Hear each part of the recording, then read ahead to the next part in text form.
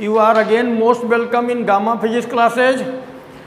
तो आज का क्लास 11th का जो टॉपिक है वो फिजिकल मैथमेटिक्स, इसमें एक लेक्चर पीछे हो चुका है जिसमें डिफरेंशिएशन के बारे में पूरा हमने बता दिया है। इसको आप क्लियर समझ लीजिए।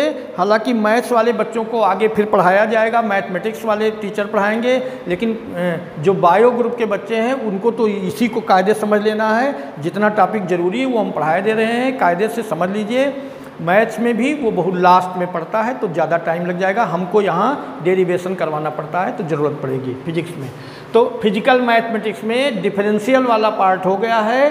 कुछ हम पूछते हैं, आप बताइए। ये लिखा हुआ है y इक्वल टू, एक क्वेश्चन दे रहे हैं, y equal to 4x⁵ plus 3x³ plus 9।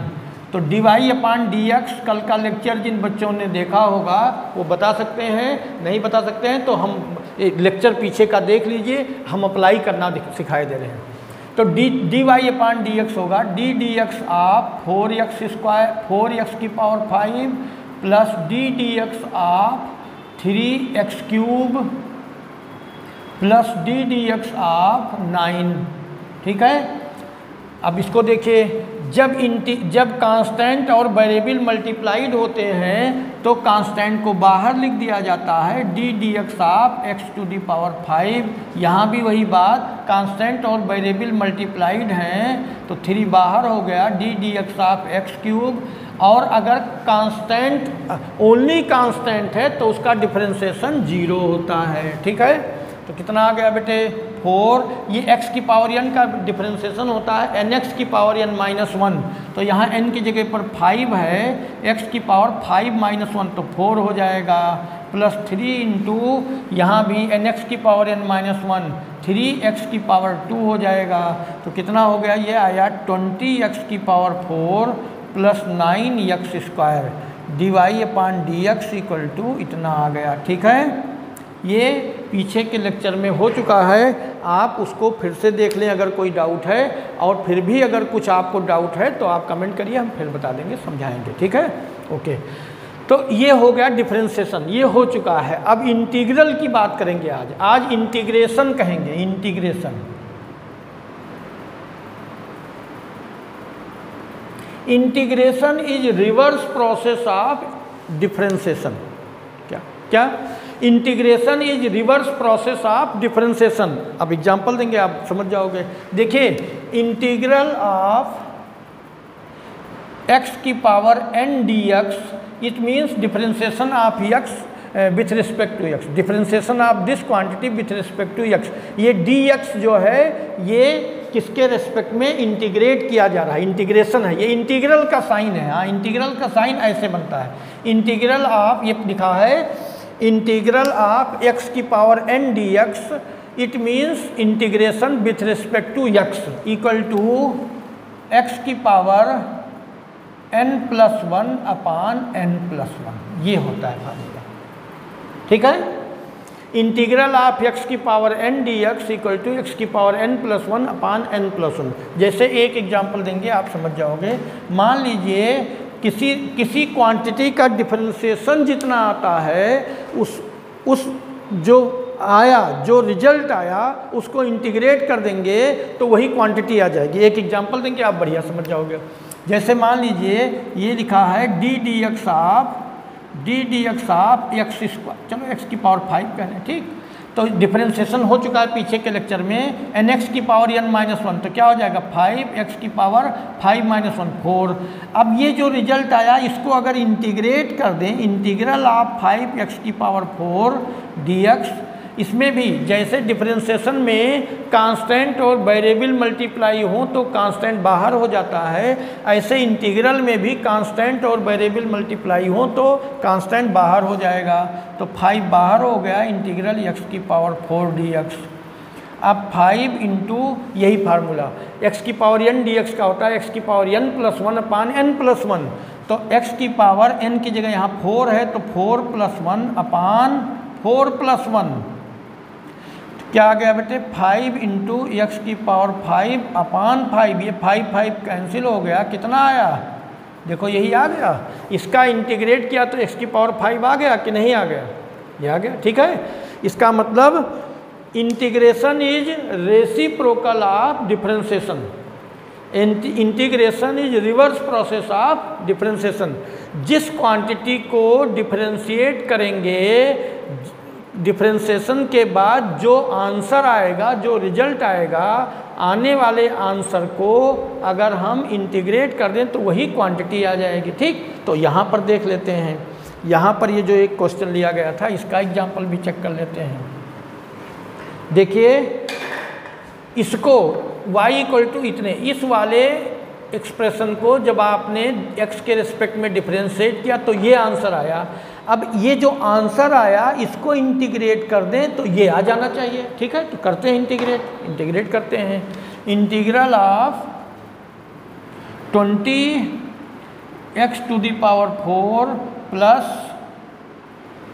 9x square dx, इसको लिख सकते हो आप इंटीग्रल ऑफ 20x की power 4 dx plus integral of 9x square dx।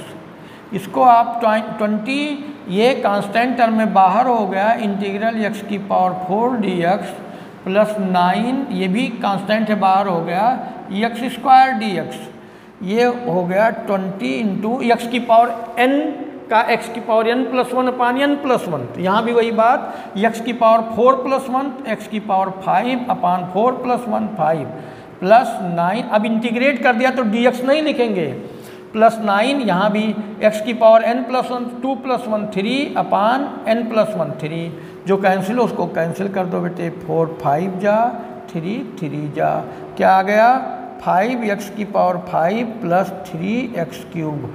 अब आप देखिए इसको इंटीग्रेट करने पर ये आया, क्या इसी को डिफरेंशिएट करने पर इतना आया था, देख लो 5 4 जा 5 5 जा नहीं 5 4 जा 20 4 जा, देख लेना ये 4 जा। अब देखो ठीक से आंसर जो आया, ये आया है 4x की power 5 plus 3x cube, 4x की पावर 5 प्लस 3x क्यूब। लेकिन यहाँ तो जिसको डिफरेंशिएट किया था उसमें 9 भी लिखा था, वो 9 नहीं आया इसमें। ठीक है, ठीक।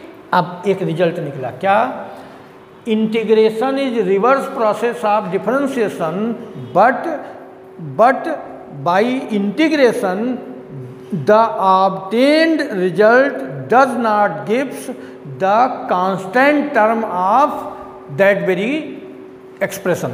जैसे कांस्टेंट टर्म यहाँ 9 था तो 9 कहाँ आया, 9 नहीं आया। मतलब इंटीग्रल करने पर जिस क्वांटिटी, किसी क्वांटिटी को डिफरेंशिएट करने पर जो आंसर आता है, जो रिजल्ट आता है, उस रिजल्ट को इंटीग्रेट कर दें तो वो क्वांटिटी तो आ जाएगी, लेकिन उस क्वांटिटी का केवल वेरिएबल वाले टर्म आएंगे, कांस्टेंट नहीं आएगा। इसीलिए इंटीग्रल करने पर एक और कांस्टेंट जोड़ दिया जाता है। This constant is known as integral constant, क्योंकि ये नहीं कहा जा सकता कि ये जो जिसको आपने इंटीग्रेट किया उसमें जो आया, जिसके डिफरेंशिएशन से ये आया था उसमें कांस्टेंट था कि नहीं था और कितना था, इसलिए यहाँ एक कांस्टेंट जोड़ दिया जाता है। तो इंटीग्रल के फार्मूले में ही रीजन हमने बता दिया क्यों जोड़ा गया। तो इंटीग्रल करने में इंटीग्रल के फार्मूले में ही एक कांस्टेंट ऐसे जोड़ देते हैं, where C is integral constant. ठीक है, ठीक। अब इस पर सब समझ में आ गया। तो इंटीग्रल ऑफ x की power n dx equal to x की power n plus 1 upon n plus 1, लेकिन एक इंटीग्रल कांस्टेंट और ऐड कर देते हैं। हमने एग्जांपल देकर बताया कि इंटीग्रल कांस्टेंट क्यों ऐड करते हैं। ऐसे अब और फार्मूलेज हैं जो हम लिखे हैं। इंटीग्रल ऑफ 1 अपान x होता है, 1 अपान x dx होता है log x। Integral of sine x होता है sine x dx equal to cos x।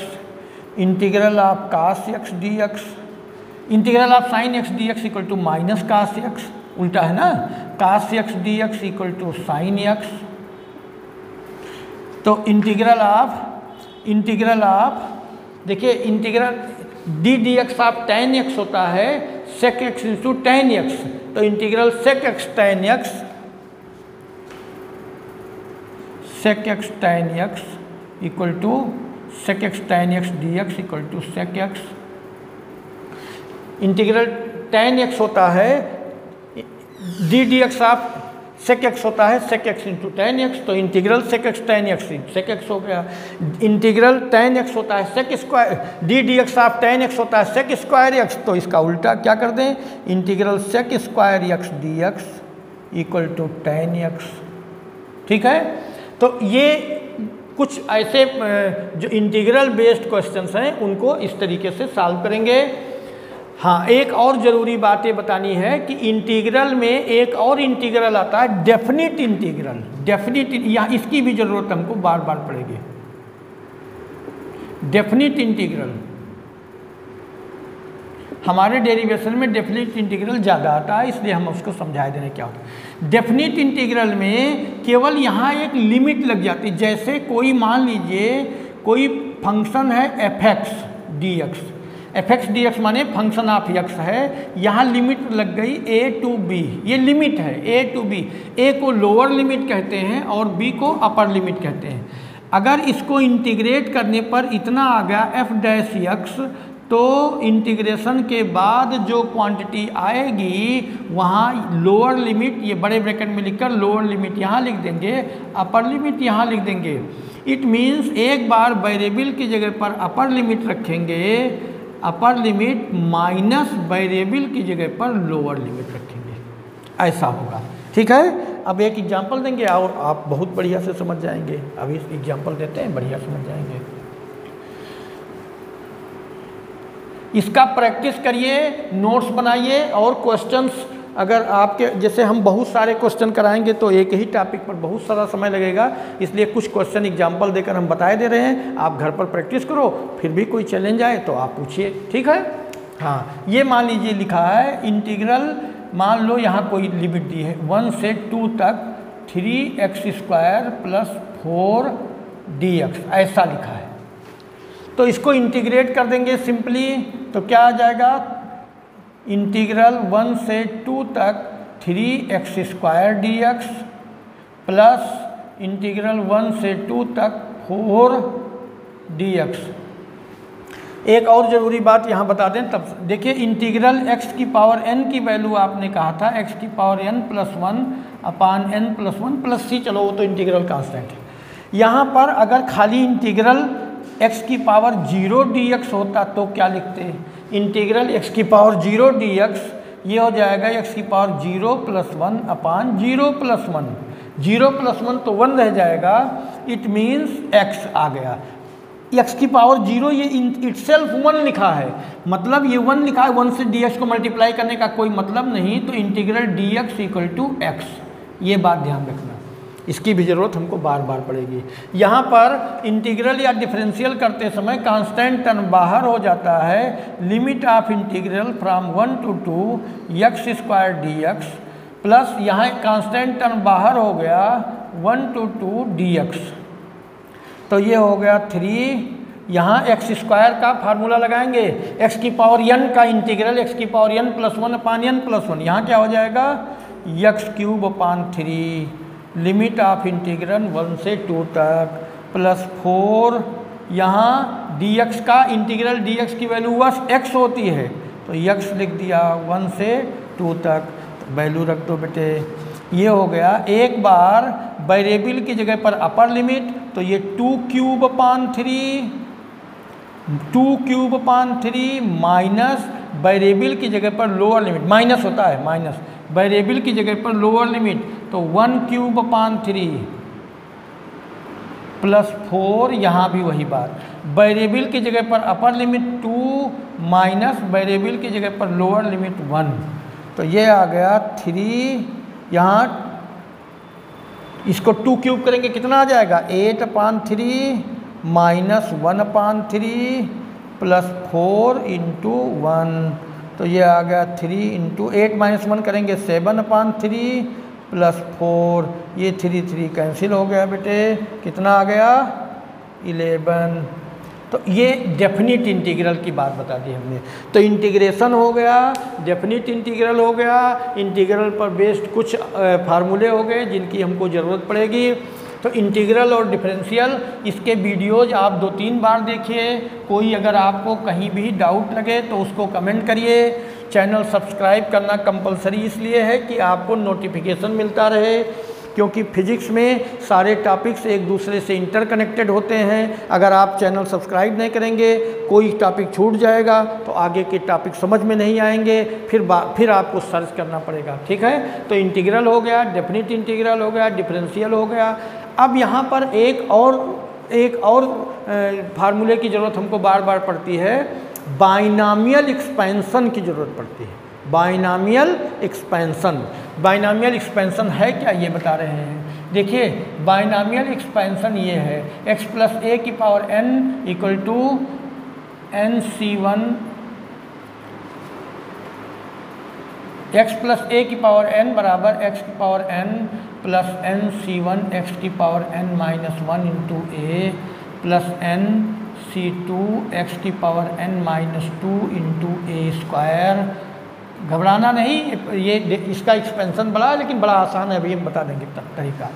nc3 x की power n minus 3 into a की power 3 plus and so on plus ncn x की power n minus n into a की power n। ये बड़ा symmetric है formula, आप याद करोगे बहुत आसानी से याद होगा। फिर से हम एक बार रिपीट किए दे रहे हैं, ध्यान से देखो।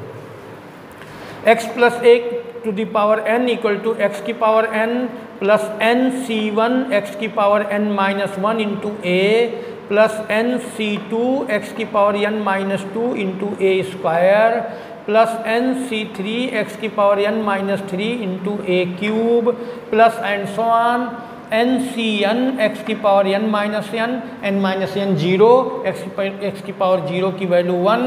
चाहो अब अगर आप तो इसको लास्ट में लिखो ही ना, ऐसे लिख सकते हो इंटू ए की पावर n, लेकिन फार्मूला लिख लोगे तो ज़्यादा ठीक रहेगा। चलिए, ये एक्सपेंशन का फार्मूला है, बाइनॉमियल एक्सपेंशन होता है। इसमें सी फॉर कम्यूटेशन, कम्यूटेशन के लिए सी यूज हुआ है। ये मैथमेटिक्स में इन्वॉल्व है, हम आपको थोड़ी बात बता देंगे, उससे आपका सारा काम चल जाएगा।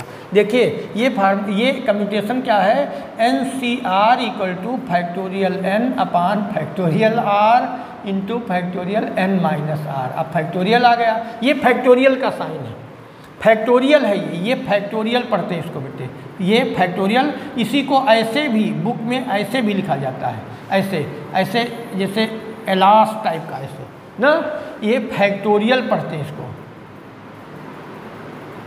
फैक्टोरियल पढ़ा जाता है। ये बुक में चूंकि ऐसे लिख दिया जाता है, हम लोग अगर कॉपी में ऐसे लिखें तो ये कभी कभी ये पॉइंट साफ ना लगे तो 1 जैसा लगने लगता है।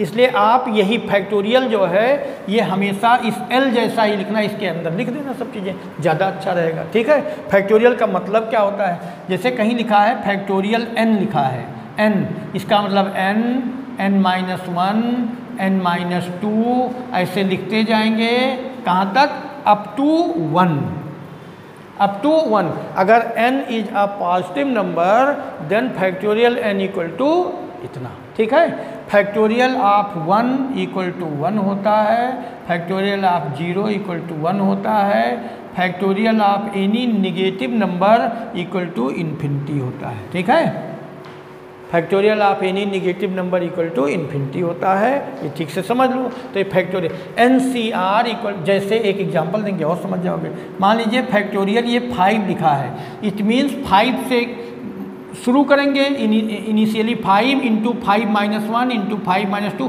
1 तक जाएंगे, क्या हो जाएगा 5 इंटू 5 माइनस 1 करेंगे तो कितना आ जाएगा 4 इंटू 5 माइनस 2 करेंगे कितना आएगा 3 इंटू 5 माइनस 3 करेंगे 2 इंटू 1, ऐसे हो गया। इसको मल्टीप्लाई करेंगे फैक्टोरियल 5 की वैल्यू निकल जाएगी। ठीक है, समझ गए। तो फैक्टोरियल n या फैक्टोरियल r ये NCR का फार्मूला है। अब एक एग्जांपल और देंगे, आप बढ़िया समझ जाओगे। इधर देखिए, अगर n कोई पॉजिटिव इंटीजर है, कोई पॉजिटिव इंटीजर है, n कोई पॉजिटिव नंबर है, पॉजिटिव नेचुरल नंबर, इंटीजर ना कहूँ, पॉजिटिव इंटीजर है, तो ये एक्सपेंशन में नंबर ऑफ टर्म्स, जो नंबर ऑफ टर्म्स होंगे वो n+1 होंगे। कितने टर्म्स होंगे n+1। अच्छा, एक एग्जाम्पल देंगे, आपको बढ़िया समझ में भी आ जाएगा। देखिए ये सब नोट कर लेना, या आप जान गए, अभी आप इसकी ज़रूरत हमको पड़ेगी तो हम बताएंगे। इधर देखिए, कहीं लिखा है x + a का होल स्क्वायर, तो फार्मूला लगा के बताओ हमको क्या होगा। a² तो यहाँ x² प्लस 2ab तो 2xa प्लस b² यहाँ a²। ठीक है, यही तो होता है, a² plus 2ab plus b²। वैसे तो कुछ बच्चे बताएंगे a² plus b² plus 2ab, ऐसा भी होता है, लेकिन आप किसी भी टेक्स्ट बुक, स्टैंडर्ड बुक में आप देखेंगे तो ये फार्मूला कहीं भी देखिए, a प्लस b का होल स्क्वायर अगर किसी स्टैंडर्ड बुक में देखेंगे a² plus 2ab plus b², ऐसा ही लिखा होता है। ऐसा नहीं लिखा रहता a² plus b² plus 2ab, ऐसा नहीं लिखा रहता है ये भी सही, ये इसमें एडिशन में कोई टर्म अगर आगे पीछे हो जाए तो अंतर नहीं आता, लेकिन सही यही है। इसलिए कि अभी एक्सपेंशन करेंगे इसका हम बायनॉमियल एक्सपेंशन के हिसाब से, तो ये आएगा, ये नहीं आएगा। करके देखते हैं, अभी देखते हैं। देखिए इधर x प्लस a की पावर n का एक्सपेंशन करेंगे तो क्या कहा था आपने, यहाँ कर रहे हैं बायनॉमियल एक्सपेंशन करने जा रहे हैं। x प्लस a की पावर n तो यहाँ स्क्वायर है, x की पावर n तो यहाँ क्या हो जाएगा, x की पावर 2 प्लस nc1, n की जगह यहाँ 2 है, 2c1, x की पावर n-1 तो यहाँ x की पावर 2-1, x की पावर 2-1 1 हो गया, इंटू a प्लस nc2 तो यहाँ क्या हो जाएगा, n की जगह पर 2 है, 2c2, x की पावर n-2 तो यहाँ x की पावर 2-2 इंटू a²। हाँ, अभी हमने आपको बताया था कि अगर n कोई पॉजिटिव इंटीजर है तो एक्सपेंशन में n+1 टर्म्स होंगे। यहाँ n की जगह 2 लिखा है, पॉजिटिव इंटीजर है, इस एक्सपेंशन में कितने टर्म्स होंगे, 2 + 1 3 टर्म्स होंगे। ठीक है, तो 3 टर्म्स होंगे, तो 3 टर्म हो गए, देखो 1 2 3 टर्म हो गए। Very good. अब यहाँ पर आ जाओ, ये देखिए ये लिखा है बेटा x² प्लस 2c1 की वैल्यू अभी हमने बताया था n(r) फैक्टोरियल n अपान factorial r factorial n-r।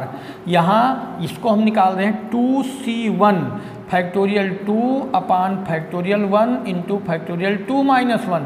Factorial 2 की वैल्यू 2 × 1 अपान फैक्टोरियल 1 इंटू फैक्टोरियल 1, 2 अपान फैक्टोरियल 1 की वैल्यू 1 अभी हमने आपको बताई भी है, तो 1 × 1 कितना आ गया, 2 आया। 2c1 की वैल्यू 2, तो 2c1 की वैल्यू 2 लिख दिया।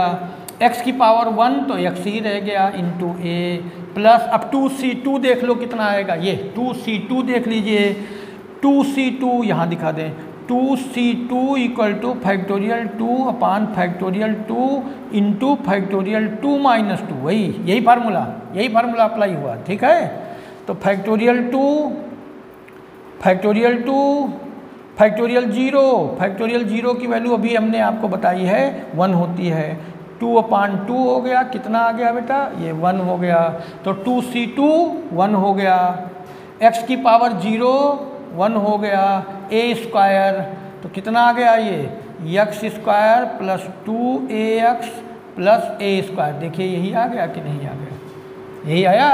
तो बाइनॉमियल एक्सपेंशन का सारा एक्सपेंशन, जैसे a प्लस बी का whole square, a plus b का whole cube, a plus b का होल पावर 4, पहले हमने जो फार्मूला लर्न किया था वो बाइनॉमियल एक्सपेंशन से ही आता है। ठीक है, अब एक बात का ध्यान रखना, अब ये वाला फार्मूला अगर आपको याद रहेगा बाइनॉमियल एक्सपेंशन का तो बहुत अच्छा है। इसी को थोड़ा और इजी वे में अगर लिखा जाए तो 1 + x की पावर n अगर कर दें, x की जगह पर 1 हो जाए और a की जगह पर x हो जाए तो ये फार्मूला आ जाता है। ज़्यादातर इसकी ज़रूरत हमको पड़ती, यही फार्मूला लिखा हुआ है।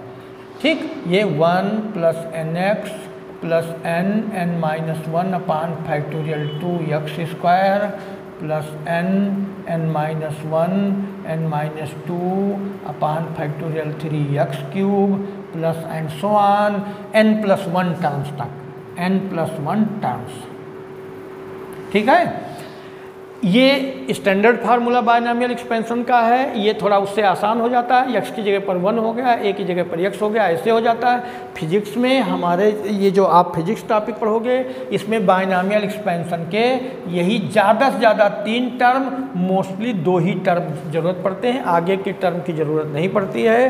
तो ईजी वे में हम आपको थोड़ा फिजिक्स में काम चल जाएगा बताने के लिए।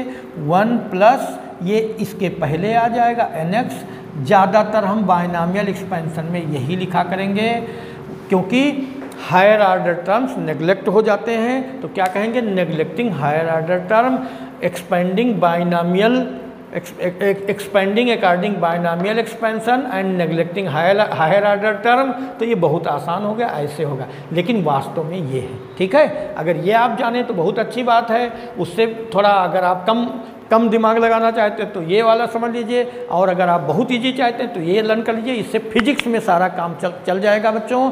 बस इतना ही आज का टॉपिक रहेगा। Thank you so much.